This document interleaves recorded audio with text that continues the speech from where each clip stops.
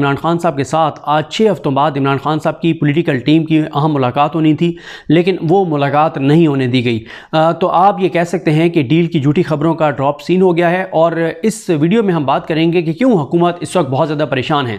देखें, इस वक्त आसाब की नई जंग का आगाज़ हो चुका है और हुकूमत पहले से ज़्यादा खौफज़दा है। हुकूमत के खौफ की वजूहात ये हैं कि एक तो गुंडा, बदमाश, घटिया, मकरू, नीच, गलीज़, खबीस इंसान जो है वो अब आपको पता है कि ओहदे पर नहीं रहा। वो घटिया और नीच इंसान जिसने पाकिस्तान को तबाह और बर्बाद किया है, इस चीज़ों को एग्जीक्यूट किया है, जिस घटिया इंसान ने जिसने पाकिस्तान के आइन को तबाह किया, बर्बाद किया, पाकिस्तान की बुनियादें खोखली कर दी और पाकिस्तान को कम अज़ कम 40 से 45 साल लगेंगे 2-2.5 साल पुरानी चीज़ों पर वापस जाने में। जितना इन 2 साल में पाकिस्तान में ब्रेन ड्रेन हुआ है, जो पाकिस्तान की हालत हो गई है, मतलब खौफ आता है देख कर चीज़ें किस तरफ जा रही हैं। आप ये देखें कि इस वक्त आप देख लें कि हुकूमत का फोकस किन चीज़ों पर है। आइनी तरमीम, काजी को बिठाने के लिए कोशिशें, इमरान खान का रास्ता रोकने के लिए। इस वक्त 10 करोड़ लोग स्मोक से मुतासिर हैं। इस वक्त 10 करोड़ लोगों को सांस लेना मुश्किल हुआ है। लाहौर इंसानों के रहने के काबिल नहीं रहा। लाहौर में आप स्मोक की सूरत हाल देख लें, आप क्लाइमेट चेंज देख लें। आप इस वक्त रिपोर्ट्स आ रही हैं कि पाकिस्तान खुदा न खास्ता कैद साली और खुश साली की तरफ जा रहा है। लेकिन आपने हुकूमत की कभी तरजीहात देखी हैं कि नहीं? तरजीहात क्या हैं आप देखें। सबसे मेन चीज़ क्या है? इंसान किस चीज़ पे जिंदा है? सांस। क्या हमारी आबो हवा ऐसी है कि यहां पे आप सांस ले सकें? जो इस वक्त स्मोक की सूरत हाल है, जो माहौलियाती आलूदगी और दहशतगर्दी, माहौलियाती दहशतगर्दी की सूरत हाल है, कोई आपको नजर आता है हुकूमत का कोई फोकस? कोई आपने इस वक्त पाकिस्तान दुनिया के उन 5-6 मुल्कों में से है जो सबसे ज्यादा मुतासिर हैं क्लाइमेट चेंज से। इस वक्त लाहौर दुनिया का आलूदा तरीन शहर है। मुझे बताएं, क्या इसके लिए रात को कोई इजलास नहीं होने चाहिए थे? रात को पूरी पार्लियामेंट को नहीं बैठ जाना चाहिए था? कोई इमरजेंसी नाफिज नहीं करनी चाहिए थी? कोई जंगी सूरत हाल नहीं होनी चाहिए थी कि भाई करोड़ों लोग जो हैं वो मुतासिर हो रहे हैं? और दुनिया भर के जो स्टैंडर्ड्स हैं, इस पे आमिर मतीन साहब बहुत अच्छे प्रोग्राम्स कर रहे हैं चैनल 92 के ऊपर और कोई इस पे बात नहीं कर रहा। आमिर मतीन साहब को क्रेडिट जाता है कि वो मुसलसल इस पे बात कर रहे हैं। हालांकि टीवी चैनल पे रेटिंग नहीं आती, लेकिन वो इस पे बात कर रहे हैं क्लाइमेट चेंज के ऊपर और स्मोक के ऊपर। अब आप बताएं कि इमरान खान का मेन फोकस जो है वो दरख्त लगाने पर था, शजरकारी पर था और क्लाइमेट चेंज के मुकाबले पे था। कभी आपने इनकी जबान से सुनी है ऐसी कोई चीज? इनका फोकस करप्शन, लूटमार, मफाद, जात, ये इनके फोकस हैं।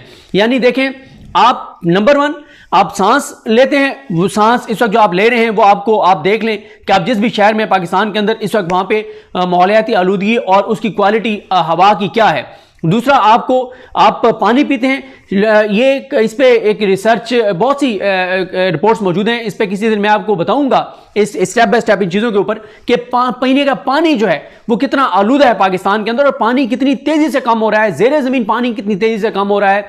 हमारे किसानों को पानी नहीं मिल रहा, पीने के लिए लोगों को नहीं मिल रहा, जो मिल रहा है वो भी आलूदा है। और कराची के अंदर लोग जो वहाँ पर पानी मुयसर है वो फुजला मिला पानी है। इस पर रिपोर्ट्स मौजूद हैं, अदालतों के अंदर रिपोर्ट जमा कराई गई हैं। ना सांस लेने के लिए हवा साफ है, ना पीने के लिए पानी साफ है। अगर आप खुदा न खास्ता बीमार हो जाएं तो अस्पतालों की हालत ज़ार आपके सामने है।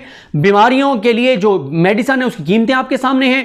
अस्पतालों की हालत ज़ार आपके सामने है। हेल्थ कार्ड इन्होंने इसलिए बंद कर दिया कि इमरान खान का प्रोजेक्ट था और लोग झोलियां उठा उठा के इमरान खान को दुआएं देते थे, लेकिन जब से इन्होंने हेल्थ कार्ड बंद किया लोग झोलियां उठा उठा के इनको बददुआएं दे रहे हैं। सांस लेने के लिए आपके पास हवा साफ नहीं है, पीने का आपके पास पानी नहीं है, इलाज के लिए आपके पास अस्पताल नाकाफी हैं, एक बेड पे 3-3 मरीज हैं, मेडिसिन मिल नहीं रही, इलाज महंगा है। फिर उसके बाद आ जाएं तालीमी इदारों की सूरत हाल आपके सामने है, स्कूलों की, यूनिवर्सिटीज़ की सूरत हाल आपके सामने है।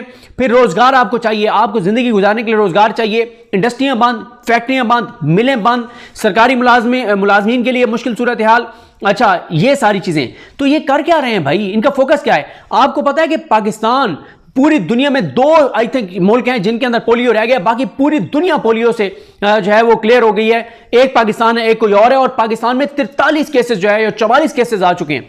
कोई बात नहीं करता इसके ऊपर, पोलियो के ऊपर, ठीक है। फिर आप अगर ये डॉक्टर्स ये बात समझेंगे कि अगर आप दुनिया भर की 10 बड़ी बीमारियां जो है ना, 10 बड़ी बीमारियां, मिसाल दे रहा हूं कि शुगर है, ब्लड प्रेशर है, दिल की बीमारियां हैं, 10 बड़ी बीमारियां जो है ना, अगर आप उनकी एक लिस्ट बनाएं और फिर आप उसमें पाकिस्तान को देखें, पाकिस्तान हर बीमारी में दुनिया के टॉप 10 मुल्कों में है। कोई फोकस आपने देखा इन चीजों के ऊपर? आप बताएं कि हमारे मुल्क में 2 करोड़ 63 लाख बच्चे स्कूल से बाहर हैं। कभी आपने इस चीज के ऊपर फोकस देखा है? इन लोगों को नींद कैसे आती होगी? लेकिन इनको नींद आती होगी। इसलिए इनको नींद आती होगी क्यों? इनके असासे, जदादें, औलादें, कारोबार, मफाद, सब कुछ इनका बाहर है।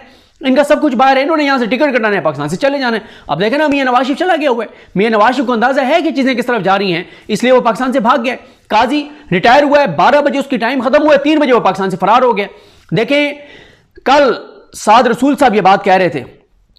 कल मेरी क्योंकि आपको पता है कि आजकल मैं और वो शहर इक़्तिदार प्रोग्राम कर रहे हैं इकट्ठे, तो कल उनके पास हम बैठे थे, तो उन्होंने कल बड़ी ज़बरदस्त बात की। उन्होंने कहा कि कानून बनना चाहिए कि पाकिस्तान में जो भी चीफ जस्टिस रहेगा, जो भी सुप्रीम कोर्ट का जज रहेगा, हाई कोर्ट का जज रहेगा, जो भी आर्मी चीफ रहेगा, जो भी लेफ्टिनेंट जनरल रहेगा, जो भी हुक्मरान रहेगा, जो भी वजीर रहेगा, जो भी 21-22 ग्रेड का ब्यूरोक्रेट होगा, इन सब के ऊपर पाबंदी हो कि ये रिटायरमेंट के बाद 5 साल तक पाकिस्तान में रहेंगे। पाबंदी हो कि 5 साल के लिए ये पाकिस्तान में रहेंगे। बल्कि मैं तो ये भी कहता हूं कि जितने भी अवाम के टैक्स के पैसों से तनख्वाहें लेने वाले लोग हैं, चाहे किसी भी इदारे में हैं, उनके ऊपर मस्ट होना चाहिए कि उनके बच्चे सरकारी स्कूलों में पढ़ेंगे, उनका इलाज सरकारी अस्पतालों में होगा। ये कर दें तो फिर आप देखें कच्चे के डाकू क्या कर रहे हैं। फिर आप देखें कि आपकी इज्जत, जान, माल, इसकी प्रोटेक्शन इंपॉर्टेंट होती है। जो हमारा रियासत के साथ मुआहदा है कि हम आपको टैक्स देंगे, आप बदले में हमें सेहत, तालीम, रोजगार और सिक्योरिटी, इन चीजों के ऊपर। मुझे बताएं, जो कुछ इस वक्त पाकिस्तान के अंदर हो रहा है स्ट्रीट क्राइम, कराची में सिर्फ अब तक 2024 में कोई जो रिपोर्ट हुआ है वो 105 या 6 लोग जो है नौजवान, जिनमें से कई ऐसे थे जो कोई 5 बहनों का इकलौता भाई था, कोई 8 बहनों का इकलौता भाई था, कोई मां बाप का इकलौता बेटा था, कोई मतलब घर का वाहिद कफील था। इस तरह से अब तक 105 या 106 लोग जो हैं वो स्ट्रीट क्राइम में उनकी जानें चली गई हुई हैं। और बिलावल की तरजीहात देख लें, वो क्रेडिट लेता फिर रहा है कि मेरी मां का ख्वाब था ये आईनी बेंच और आईनी अदालत, हालांकि पता ही है कि किसकी मां या किसके बाप का ये आइडिया था, ये पूरे पाकिस्तान को पता है। तो ये इस वक्त एज ए पाकिस्तानी बड़ा कंसर्न होना चाहिए, और है, लोगों को तशवीश है। लोगों से, ओवरसीज पाकिस्तानियों से बात होती है, उनका दिल खून के आंसू होता है। कहते हैं कि हम दुनिया में जहां जहां हैं, जिन मुल्कों में, उनको हम देखते हैं कि दुनिया कहां से कहां पहुंच गई, और हमारा मुल्क हर आने वाले दिन के साथ नीचे जा रहा है, पीछे जा रहा है। पूरी दुनिया में करप्शन, लूटमार के ऊपर कवानीन सख्त हो रहे हैं, और पाकिस्तान में करप्शन और लूटमार को और आसान बनाया जा रहा है। एनआरओ दिए जा रहे हैं, चोरों, डाकू, लुटेरों को कहा जा रहा है कि खुला खाता है। आपको मैं बताऊं कि ये जो अभी आईनी तरमीम हुई है, इसके लिए हुकूमती लोगों ने जो वोट दिया है, उसके बदले हुकूमती लोगों को जो नवाजा गया है, किसी की कोई हाउस सोसाइटी को एनओसी दिया गया है, किसी के कब्जों के ऊपर स्टे दिलवाए गए हैं, किसी के टैक्स चोरी के ऊपर अदालतों से उसको स्टे दिलवाए गए हैं, किसी की मर्जी का डीपीओ लगाया गया है, किसी की मर्जी का डीसी लगाया गया है, किसी ने कोई और ब्यूरोक्रेट लगवा लिया, किसी ने कोई भर्तियां करवा ली हैं। ये हालात और सूरत हाल हैं। 8 फरवरी के इलेक्शन से पहले हालात ये थे कि नून लीग के उम्मीदवार जब कैंपेन कर रहे थे, वो जहां जा रहे थे, मैं कई ऐसी चीजों का मैं गवाह हूं जो मुझे उन्होंने बताया कि हमारे गांव आए, हमें उन्होंने कहा जी आप वोट दें। उन्होंने कहा जी हम वोट तो नहीं देंगे, आपने ये सड़क नहीं बनवाई।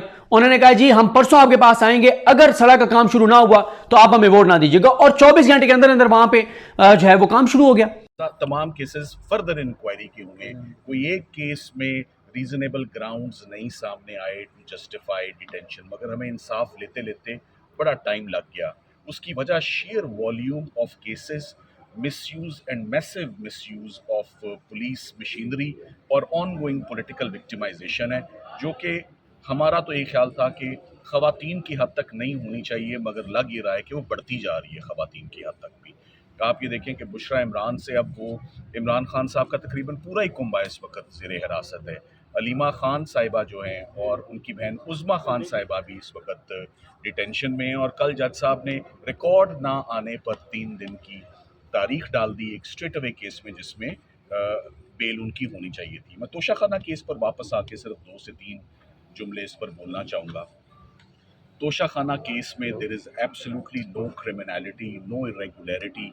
रूल्स की माइनर वायलेशन पे आज यही बात होती रही बार बार कि क्या रूल्स की वायलेशन पे क्रिमिनल लॉ एक्शन में आ सकता है या नहीं। तोशा खाना के आज दिन तक रूल्स ही फ्रेम नहीं हुए हुए। ये तमाम की तमाम prosecution in the first place start होना ही सिरे से गलत था। आज ये भी बात बिल्कुल क्लियर हो गई कि जो तोशा खाना 1 ग्राफ सेट में भी जो कन्विक्शन हुई है, वो भी सेट असाइड होगी स्ट्रेट अवे, क्योंकि क्लॉज़ 1 और क्लॉज़ 13 जो तोशा खाना प्रोसीजर का है, वो क्रिमिनल लॉ में एक्शन प्रिस्क्राइब ही नहीं करता। ये उन लोगों के लिए एक्शन है जो बाहर से खुदा ना खास्ता तोहफ़ा वसूल करते हैं और उसका पाकिस्तान आकर ज़िक्र ही नहीं करते। यहाँ इमरान खान साहब और उनकी अहलिया को जैसे ही तोहफ़ा मिलता है, पाकिस्तान आके कैबिनेट डिवीज़न को ना सिर्फ इन्फॉर्म करते हैं, उसकी प्राइवेट अप्रेज़र उसकी एवेल्यूएशन करता है। कस्टम्स के 3 ऑफिशियल्स उसको रिकन्फर्म करते हैं और एक सीनियर ऑफिशियल उसको वेरीफाई करता है। सो एक चेक लिस्ट है, 4 लोगों ने जो उसकी प्राइस का तयन किया, प्राइवेट अप्रेजर ने और जो कस्टम ऑफिशियल्स ने, इमरान खान साहब ने वो पैसे जमा कराकर वो तोहफा हासिल किया। सो इसमें कोई क्रिमिनलिटी सिरे से पाई नहीं जाती और प्रॉबेबली यही वो ग्राउंड्स हैं। जो भी केस आप देख लें, चाहे वो साइफर का हो, चाहे वो इद्दत निकाह हो, चाहे वो तोशा खाना का हो, हर केस वादा माफ गवाह अप्रूवर की स्टेटमेंट पे खड़ा है और अप्रूवर कौन है? वो भी कोई सियासी हरीफ है।